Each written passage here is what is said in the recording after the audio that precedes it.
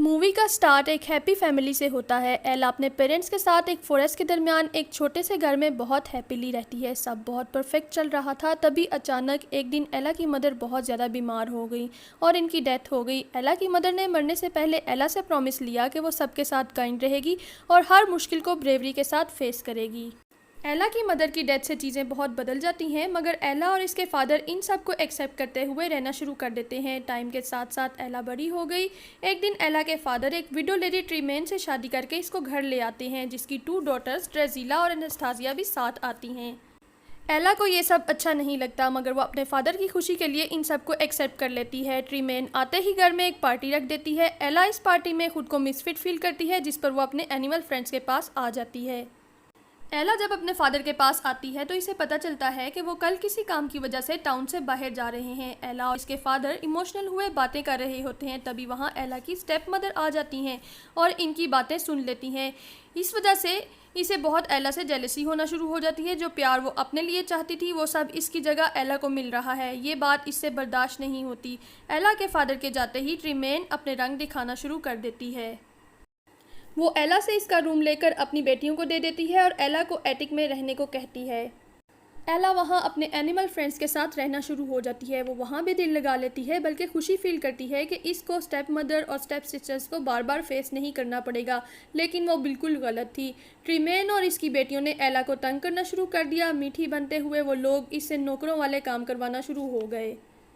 इससे ज़्यादा बुरा ये होता है कि एक दिन एला के फादर का सर्वेंट अकेले वापस आता है, जो आकर एला को बताता है कि इसके फादर रास्ते में बीमार हो गए और इनकी डेथ हो गई। ये सुनकर तो जैसे एला पर क़यामत ही टूट जाती है। इसके पाँव के नीचे से ज़मीन निकल जाती है।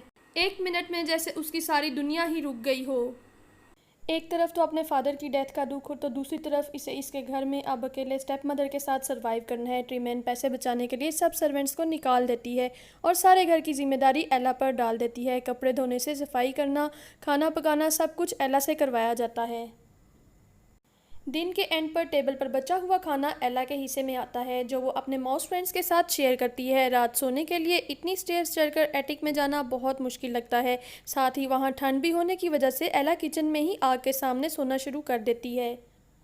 सुबह एला के फेस पर फायरप्लेस के पास सोने की वजह से सिंडर लग जाते हैं, जिस पर उसकी फैमिली उसे सिंड्रेला कहना शुरू हो जाती है। इस सब से तंग आकर एक दिन एला गुस्से में हॉर्स राइडिंग करते करते तेजी से वुड्स में चली जाती है, जहां इसे एक स्टैग देखने को मिलता है, जिसको प्रिंस और उसके सर्वेंट्स हरण करने आते हैं। ये देखकर एला इसे भागने का कहती है और इसका अपना घोड़ा भी कंट्रोल से बाहर हो जाता है। ये देखकर प्रिंस भी इसकी हेल्प करने को आ जाता है, जहां वो खुद को किट बताते हुए कहता है कि वो खुद पैलेस में एक सर्वेंट है। सिंड्रेला और प्रिंस एक दूसरे को पसंद करना शुरू हो जाते हैं, मगर एला इसे अपना नाम बताए बगैर ही वहां से चली जाती है। पैलेस पहुंचने पर प्रिंस को पता चलता है कि किंग की तबीयत बहुत ख़राब है। किंग प्रिंस से कहता है कि इसे रॉयल बॉल पर अपने लिए ब्राइड सेलेक्ट करनी होगी, ताकि किंग सारी जिम्मेदारियां इस पर डालते हुए फ्री हो जाए। इस पर प्रिंस कहता है कि इन्हें बॉल पर सब सिटीजन्स को बुलाना चाहिए, मेडन्स को भी बुलाना चाहिए, इस उम्मीद के साथ कि शायद वो एला से दोबारा मिल सके। किंग मान जाता है और सब सिटीजन्स, अमीर हो या गरीब, सबको बॉल पर इनवाइट किया जाता है। एला भी मार्केट में ये न्यूज़ सुन लेती है। वो फ़ौरन जाकर ट्रीमेन को ये न्यूज़ देती है, इस उम्मीद के साथ कि शायद वो भी बॉल पर जा सके और किड से दोबारा मिल सके। मगर ट्रीमेन एला को इग्नोर करते हुए बस अपनी बेटियों के साथ बॉल की तैयारी शुरू कर देती है, ये सोचते हुए कि अगर इसकी एक भी बेटी प्रिंस को पसंद आ गई और प्रिंसेस बन गई तो इनकी ज़िंदगी बन जाएगी। सीन्स प्रिंस पर शिफ्ट होते हैं, जो कि एला के ख्यालों में ही इतना गुम हो चुका है कि किसी भी चीज़ पर ध्यान ही नहीं दे पा रहा होता। मगर इसे ये भी डर होता है कि किंग एला को एक्सेप्ट करेंगे कि नहीं, क्योंकि वो तो बस ये चाहते हैं कि प्रिंस अपने लिए किसी प्रिंसेस को ही सिलेक्ट करें। एला की स्टेप मॉम तो इसे बॉल के लिए कोई ड्रेस लेकर नहीं देती हैं, लेकिन वो किड से मिलने के लिए इतनी एक्साइटेड होती हैं कि एटिक में माइस के साथ मिलकर खुद ही अपने लिए एक ड्रेस तैयार करने लग जाती है। फाइनली वो नाइट आ जाती है और ट्रीमेन अपनी डॉटर्स के साथ बॉल पर जाने के लिए रेडी खड़ी होती है।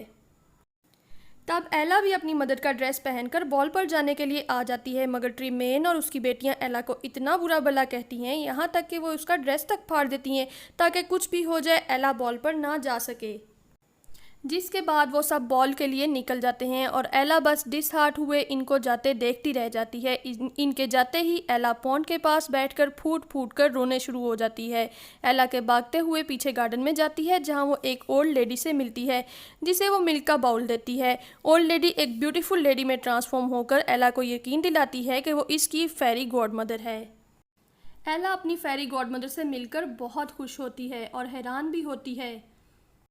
फेरी गॉड मदर अपने मैजिक से पंपकिन को कैरेज, माइस को हॉर्सेस, लिजर्ड को फुटमैन और गूज को काउचमैन में ट्रांसफॉर्म कर देती है ताकि पैलेस जाने के लिए एला के पास एक राइड हो।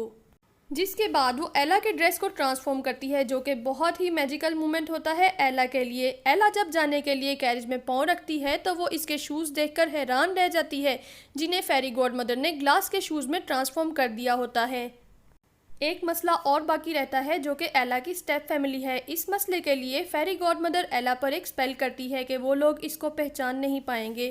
फेरी गॉड मदर एला को बताती है कि स्पेल सिर्फ मिडनाइट तक ही रहेगा और मिडनाइट के बाद वो स्पेल ख़त्म हो जाएगा और एला को अपनी असली हालत में आ जाएगी। इसके लिए एला को 12 बजे से पहले वहाँ से निकलना होगा।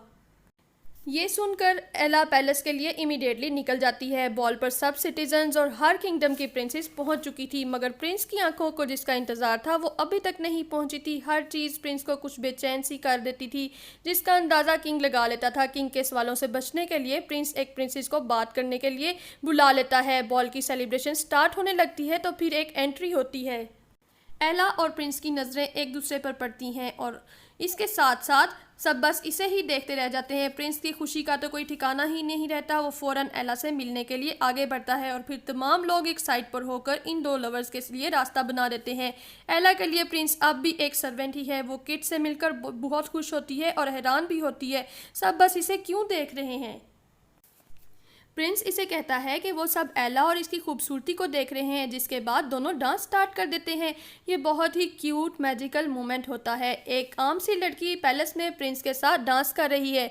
सबकी नज़रें बस इन दोनों पर ही होती हैं। ट्रीमेन एला को पहचान तो नहीं पाती मगर प्रिंस को ऐसे इसके क्लोज देखकर बहुत ही जेलस होने लगती है जिस पर वो अपनी बेटियों को भी डांस के लिए भेज देती है। डांस के बाद प्रिंस एला को सबके बीच में से निकाल कर अपने साथ ले जाता है। फिर एला को पता चलता है कि किट ही प्रिंस है। वो बहुत हैरान तो होती है पर किट इसे काम डाउन करते हुए माफ़ी मांग लेता है और हॉल में सब लोगों में फंस मच जाता है कि आखिर ये लड़की कौन है। कोई भी नहीं जानता कि वो कौन है और कहाँ से आई है। प्रिंस एला को अपने साथ सीक्रेट गार्डन में ले जाता है जहां वो आज तक किसी को नहीं लेकर गया। वहां वो एला को स्विंग पर बिठाता है, तभी इसका शू उतर जाता है और फिर प्रिंस घुटनों के बल बैठकर वो शू इसको खुद पहनाता है। फिर एला से इसकी आइडेंटिटी पूछने की कोशिश करता है लेकिन इस वक्त तक एला को एहसास होता है कि 12 बजने वाले हैं, जिस पर वो प्रिंस से मज़ीद कोई बात किए बगैर वहाँ से भाग जाती है। किट इसके पीछे भागता है। पैलेस से निकलते हुए एला किंग से मिलती है जिसे बस इतना ही कहती है कि इसका बेटा बहुत ही अच्छा इंसान है और किट इससे बहुत प्यार करता है। इसके बाद वो बाहर की तरफ भाग जाती है और किंग बस इसको देखता ही रह जाता है। स्टेयर्स से उतरते हुए एला के पाँव से एक शू उतर जाता है। किट के इसके पीछे आने की वजह से वो अपना शू वहीं छोड़ देती है और आकर अपनी कैरेज में बैठ जाती है। प्रिंस को इसका शू मिल जाता है। प्रिंस शू लेकर इसके पीछे जाने लगता है मगर कैप्टन इसे वहीं रोक देता है और खुद सोल्जर्स के साथ एला के पीछे निकल जाता है। इतने में 12 बज जाते हैं और सब कुछ वापस अपनी असली हालत में आना शुरू हो जाता है। ये देखकर लिजर्ड सोल्जर्स को रोकने के लिए गेट बंद कर देती हैं।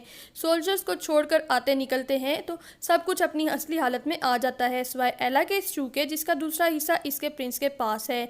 एला चलते हुए वापस घर की तरफ आती है। रास्ते में बारिश भी शुरू हो जाती है। अचानक पीछे इसे अपनी स्टेप फैमिली की राइड आते देखकर फौरन घर के अंदर जाकर शू छुपा देती है। रात में एला इस सब के लिए इतनी एक्साइटेड नज़र आती है कि फ़ौरन फ्री होकर इस सब के बारे में अपनी डायरी में लिखती है। सीन्स पैलेस में शिफ्ट होते हैं जहां किंग की तबीयत बहुत ख़राब हो जाती है। वो अपने आखिरी टाइम में अपने बेटे के लिए वो सब कुछ करना चाहता है जो कोई भी अच्छा फादर करेगा। इसलिए किंग अपनी पसंद प्रिंस पर इम्पोज करने की बजाय इसे अपनी पसंद से शादी करने की इजाज़त दे देता है। किंग प्रिंस से कहता है कि वो जितनी जल्दी हो सके इस लड़की को ढूंढ ले। ये कहते ही किंग की डेथ हो जाती है। किट नया किंग बनकर लोगों में खबर फैला देता है कि वो लड़की किंग को आकर दूसरा शू दिखाए और अगर किंग की विश हुई तो वो इससे शादी भी करेगा।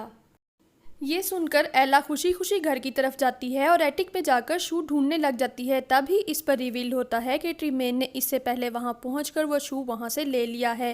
ट्रीमेन एला को कहती है कि वो एला को सिर्फ तभी शू किड से शादी करने देगी अगर एला इन सबको अपने साथ पैलेस में ले जाएगी और अपनी स्टेप सिस्टर्स की शादी भी किसी रिस्पेक्टेबल आदमियों से करवाएगी। एला के मना करने पर ट्रीमेन शू ले जाती है और एला को एटिक में लॉक कर देती है। ट्रीमेन शू को तोड़ देती है और शू का टूटा हुआ पार्ट लेकर ग्रैंड ड्यूक के पास ले जाती है और जो इसकी डॉटर्स की शादी करवाने के लिए राजी हो जाता है, सिर्फ इस कंडीशन पर कि वो एला को हमेशा के लिए हिडन ही रखेगी।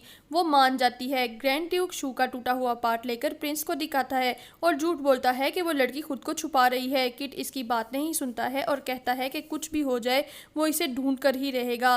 ग्रैंड ड्यूक प्रिंस से प्रॉमिस लेता है कि अगर वो लड़की ना मिली तो प्रिंस इस लड़की से शादी कर लेगा जिसे इसके फादर ने मरने से पहले पसंद किया था। किड मान जाता है। ग्रैंड ड्यूक प्रिंस को पैलेस में ही रहने का बोलकर खुद कैप्टन के साथ हर गली और हर घर में किंगडम की हर लड़की को शू पहनाकर ट्राई करता है, मगर किसी को भी शू पूरा नहीं आता है। फाइनली वो लोग एला के घर पहुंच जाते हैं जहां एला की स्टेप सिस्टर्स को भी शू पूरा नहीं आता है। तभी एक बर्ड एटिक का डोर ओपन कर देता है और एला की सिंगिंग की आवाज़ बाहर आना शुरू हो जाती है।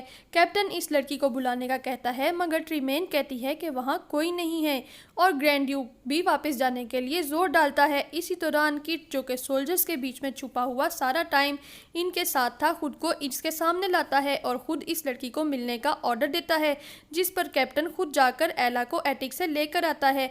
फिर किंग एला को मैरिज के लिए प्रपोज करते हुए वो शू पहनाता है, जिसके बाद एला प्रिंस के साथ पैलेस के लिए निकल जाती है। जाते जाते वो अपनी मदर से किया हुआ प्रॉमिस पूरा करती है और ट्रीमेन और इसकी बेटियों को माफ़ कर देती है। लास्ट सीन्स में एला और प्रिंस शादी कर लेते हैं। किंग सारे किंगडम के सामने अपनी क्वीन को रिवील करता है और फिर वो दोनों हमेशा खुशी खुशी रहते